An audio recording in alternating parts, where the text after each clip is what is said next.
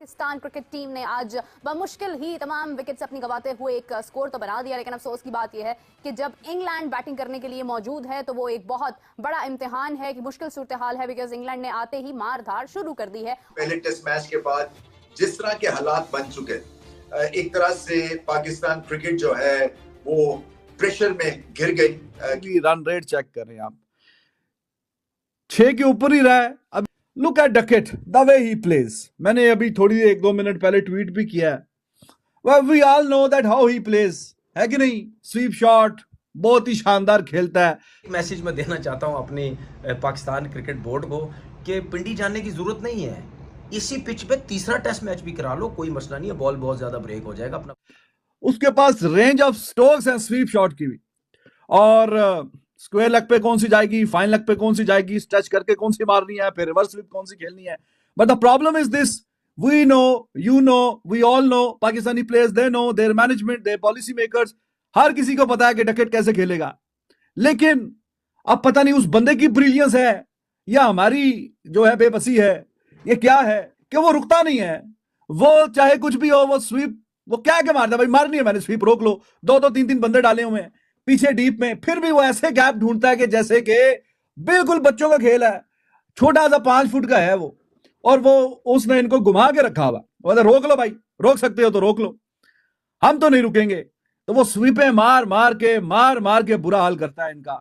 2 साल पहले जब आए थे तब भी वो ऐसी स्वीपों पे स्वीपें मार रहा था, अभी आया तो तब भी वही, जहां से सिलसिला छूटा था वहीं से सिलसिला जुड़ा है, और वो रुकता नहीं है और इनसे रोका भी नहीं जाता। और वो हर बारी में, इंडिया में बहुत बड़ी बारियां नहीं खेली, लेकिन ग्लिम्स उसने थोड़े थोड़े से कहीं ना कहीं तो वो दिखाए। वो तेज ही खेलता है, वी नो इट, लेकिन कहीं ना कहीं वहां पे तो उन्होंने जोड़ ढूंढ लिया, तोड़ ढूंढ लिया, कैसे रोकना है, क्या करना है, आउट भी किए, सारा हिसाब किताब। ये हमारे वाले बेचारे क्लूलेस नजर आते हैं। डकेट की मैं बात कर रहा हूं, what a player he is. आपको पता है, हमें पता है, सबको पता है कि उसने स्वीप शॉटें खेलनी है, और खेलनी है। ये तो कहते हैं जी कह के जनाब काम कर देना। लेकिन पाकिस्तान के प्लेयर्स, और ना इन्होंने कोई इनका कोई गेम प्लान नजर आ रहा है। नासिर हुसैन भी वहां कमेंट्री में चीख चीख के, और इनको पता है डकेट ने स्वीपें खेलनी है, इनके एंगल ही ठीक नहीं है फील्डिंग के। कभी फील्डिंग कहां पे खड़ी करते हैं, बिल्कुल लेग वाली साइड पे, और फिर फाइन लेग के भी उसके बीच में गैप छोड़ा हुआ काफी, वहां से इन्होंने काफी चौके खाए। लेकिन उस बंदे की महारत है, इन्होंने फील्ड थोड़ी सी सीधी भी की तो जहां से बंदा वो उठा के दूसरी तरफ लेके जाते हैं वो उधर चौका मारता है। वो तो भाईजान इनको क्या कि चौके मार रहा है कि हाँ जी जहां मेरा दिल करेगा मैं उधर चौके मारूंगा। तो बड़ी अथॉरिटी के साथ वो खेल रहा है इनके खिलाफ, और हमेशा ही खेलता है। इनके पास कोई गेम प्लान नजर नहीं आता उसको कैसे, क्योंकि 4 दिन पहले मार पड़ी पाकिस्तान को, ये पिच कैसे बना दी है, ये कंडीशंस कैसी हैं, और 5वें दिन टेस्ट मैच भी हार गए। सो 5 दिन जो है वो बड़ा मुश्किल टाइम था पाकिस्तान क्रिकेट के लिए और पाकिस्तान क्रिकेट टीम के लिए। उसके बाद सडनली स्ट्रैटेजी बदलने की ठान ली गई, सिलेक्शन कमेटी भी नहीं आ गई। उसके बाद यही डिसाइड हुआ कि जिस स्पिन के थ्रू हम इंग्लैंड को डिस्ट्रॉय करेंगे। 3 स्पिनर्स के साथ इस मैच में उतर गई पाकिस्तान की टीम, एक फास्ट बॉलर के साथ।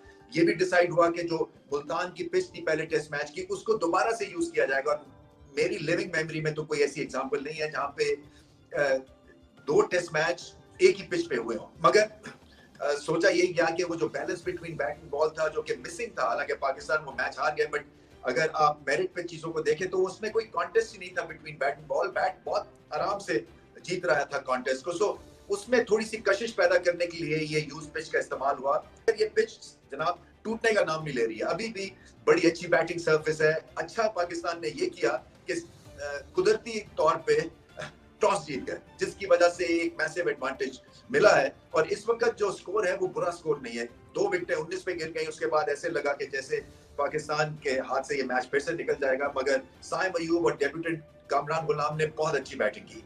अगर देखना ये है कि बैलेंस्ड बॉलिंग अटैक किसका है। देखिए पाकिस्तान ने बहुत बड़ा रिस्क लिया है। 3 स्पिनर्स और एक रेगुलर फास्ट बॉलर के साथ उतर जाना बहुत बड़ा रिस्क है। इसलिए भी कि 3 जो स्पिनर्स खिलाए हैं वो पिछले साल से खेले भी नहीं है। सो उनकी फिटनेस कैसी होगी, जब प्रेशर पड़ेगा तो क्या कंसिस्टेंटली वो बॉल कर सकते हैं। इसी तरह से इंग्लैंड का बॉलिंग अटैक जो है वो कैसा रहेगा आगे चल के इस टेस्ट मैच में। मुझे लगता है कि उनमें ज्यादा बैलेंस है। 2 स्पिनर है, 3 फास्ट बॉलर्स है। नेशनल वेरिएशन हमने देखी है कि इस पिच में है, फास्ट बॉलर्स के लिए रिवर्स स्विंग भी हो रहा है। सो क्योंकि जो गेंद बैठ रहा है वो विकेटों के बीच में नहीं बैठ रहा है, वो आउटसाइड द ऑफ स्टंप बैठ रहा है। इसी तरह से कोई एक्स्ट्रावेगेंट स्पिन अभी इंग्लैंड ने नहीं किया। इनके स्पिनर्स जो है वो उस क्वालिटी के नहीं है। सो स्ट्रेटजी वाइज इतना बुरा ऑप्शन नहीं है पाकिस्तान के पास कि वो स्पिन के थ्रू इंग्लैंड को डोमिनेट करे। मगर वही बात है कि क्या स्क्वायर टर्नर होगी ये pitch second, third day, fourth day? क्या पाकिस्तानी स्पिनर्स जो हैं वो इस काबिल होंगे कि एक जो इंग्लैंड एक अटैक करता है उसको वो संभाल सके? क्योंकि कॉन्फिडेंस देखिए बड़ी जल्दी लो भी हो जाता है अगर आप एक तरह से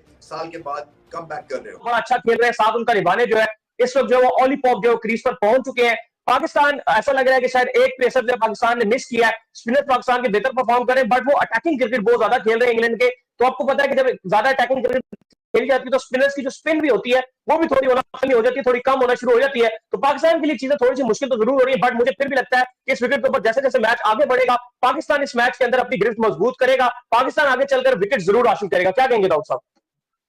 नहीं देखो, कहानी इससे नजर आ रही है कि जो डकेट है वो तो चार्ज लिए हुए, अपना लाठी चार्ज। पाकिस्तान ने 366 बनाया, लंच के बाद तो सिर्फ 8 रन ही जोड़ सके पाकिस्तानी टीम, और 2 खिलाड़ी जो इनके बचे हुए थे, 8 खिलाड़ी आउट थे, ऑल आउट हो गए। जमाल और नुमान ने कुछ होप जरूर दी एंड में जो टेल है आप कह लो कि उन्होंने पार्टनरशिप अच्छी बनाई दोनों ने मिलके।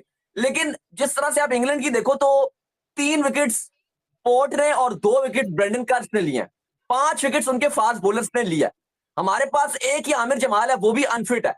और आप ये देखो कि साजिद नुमान से आपको नया बॉल कराना पड़ा, और जिस तरह से जैक क्रॉली और बेन डकेट ने परफॉर्मेंसेस दिखाई है, जैसे उन्होंने दोनों ने स्टार्ट लिया है, वो बिल्कुल ऐसे ट्रीट कर रहे हैं पाकिस्तान की बॉलिंग को जैसे कोई बिल्कुल ही बच्चों वाली बॉलिंग हो, कोई छोटी टीम के अगेंस्ट खेल रहे हो। वो चार्ज पे चार्ज ले रहे हैं। देखो ना, 3 चौके जैक क्रॉली ने मारे थे, 75 प्लस के स्ट्राइक रेट से वो खेले, फिर 10 चौके ऑलरेडी बेन डकेट मार चुके हैं। आप उनकी इंटेंट देखो, कितनी अग्रेसिव इंटेंट से बैटिंग कर रहे हैं, और डकेट का तो स्टाइल, डकेट तो पाकिस्तान के अगेंस्ट ऐसे खेलते हैं जैसे हक होता है उनका पाकिस्तान के अगेंस्ट खेलना, वो मारेंगे ही मारेंगे। बहुत ही कमाल किस्म की जो इंग्लैंड की अप्रोच नजर आ रही है। लेकिन एक जो बात है, 3 स्पिनर जरूर खिलाए, लेकिन विकेट इतना भी ज्यादा अगर आप देखो तो टर्नर नहीं है जैसे इंडिया में आपको विकेट नजर आते हैं चेन्नई ईटीसी में, कि आप कहते हो कि 150-200 भी बन गया, ये बहुत रन है। पाकिस्तान मुझे लगता है अभी भी इस विकेट में जिस तरह का पाकिस्तान को स्टार्ट मिला हुआ था, पाकिस्तान कामरान गुलाम की सेंचुरी भी थी, पाकिस्तान को 400 बनाना चाहिए था। पाकिस्तान 50 लेकिन अब देखो बात यह है कि अगर आपने 350 रन बोर्ड के ऊपर लगा दिए हैं और उसके बाद आपने ये दावा किया है कि हमने प्रॉपर इस वक्त जो है टर्नर बनाया और हमने 3-3 स्पिनर्स जो है वो अपने प्लेइंग 11 में इंक्लूड किए हैं, तो फिर पिच को टर्न होना चाहिए और आपके स्पिनर्स को फिर डोमिनेट करना चाहिए। हमने ये देखा है पास्ट में कि अगर इंडिया किसी किस्म का टर्नर बनाता है, सिर्फ चेन्नई की मैं बात नहीं कर रहा, चेन्नई से हट के भी इंडिया अगर टर्नर बनाता है तो उनके स्पिनर्स फिर उनको विकेट्स लेकर, उनके स्पिनर्स फिर उनको विकेट भी लेकर देते हैं और वो अकॉर्डिंग टू सिचुएशन ही परफॉर्म करते हैं। अब अगर यहाँ पर ये विकेट्स नहीं आते हैं तो फिर ये आपके स्पिनर्स का फेलियर होगा बहुत बड़ा, क्योंकि पिच तो नजर आ रहे थे पिच रन हो रहा है, ऐसा नहीं कि पिच रन नहीं हो रहा। इंडिया के भी तो स्पिनर्स इंग्लैंड को आउट करते ही है ना, और हमने देखा कि इंग्लैंड स्पिन के अगेंस्ट वीक ही है, इतना अच्छा नहीं है इंग्लैंड स्पिन के अगेंस्ट। तो अभी आपके स्पिनर्स के स्किल्स के ऊपर है तो यहाँ पर विकेट्स कैसे लेकर देते हैं। अच्छा, मुझे लगता है कि अब ये शायद स्पिन होगा, स्पेशली कल से मुझे लगता है कि सही मायनों में पता चलेगा कि कितना विकेट पर टर्न है कल से, क्योंकि डे 3 से हमने देखा है कि मुल्तान का विकेट नेचुरली तौर पर टर्न करता है। अगर आप अच्छा विकेट बनाओ, स्पिन विकेट बनाने की कोशिश करो, तो 2 से 3 दिन के बाद विकेट स्पिन होता है। आखिरी 2 दिन में तो होता ही होता है, जो डे 4 और डे 5 है, लेकिन डे 3 में आपको उसकी झलक नजर आती है। उस पॉइंट ऑफ व्यू से अगर आप देखोगे तो उम्मीद की जा रही है कि कल हमें ज्यादा अच्छा देखने। पाकिस्तान वर्सेस इंग्लैंड के बीच में सेकेंड टेस्ट मैच चल रही थी, उसमें जो है दूसरा दिन जो है इंग्लैंड के टीम ने ताबड़तोड़ बल्लेबाजी करते हुए पाकिस्तान के छक्के छोड़े थे। पहले तो बल्लेबाजी करते हैं पाकिस्तान के टीम और उन्होंने एक अच्छा खासा स्कोर करते हैं, उसके बाद जो है बेन डकेट जो कि इंग्लैंड की तरफ से खेलते हुए काफ़ी कमाल के बल्लेबाजी किया, और जिस तरह से उन्होंने बल्लेबाजी की है वो देखकर पूरा पाकिस्तान जो है सदमा में है, क्योंकि आपको बता दें वो अकेले जो है 114 रन बनाते हैं और केवल 129 गेंद में, जिसमें 16 चौके मारते हैं, और ये देखकर पूरा पाकिस्तान सदमा में है। क्योंकि आपको बता दें जिस रफ्तार के साथ ये रन बना रहे हैं, पहला टेस्ट मैच उसी रफ्तार के साथ जीत चुके हैं और इसमें भी काफ़ी कमाल के बल्लेबाजी कर रहे हैं, काफ़ी कमाल के खेल रहे हैं। अब देखना ये दिलचस्प होता है कि इस टेस्ट मैच को क्या पाकिस्तान बचा पाती है फिर नहीं। कमेंट में अपनी राय जरूर दीजिएगा, आपके हिसाब से क्या लगता है।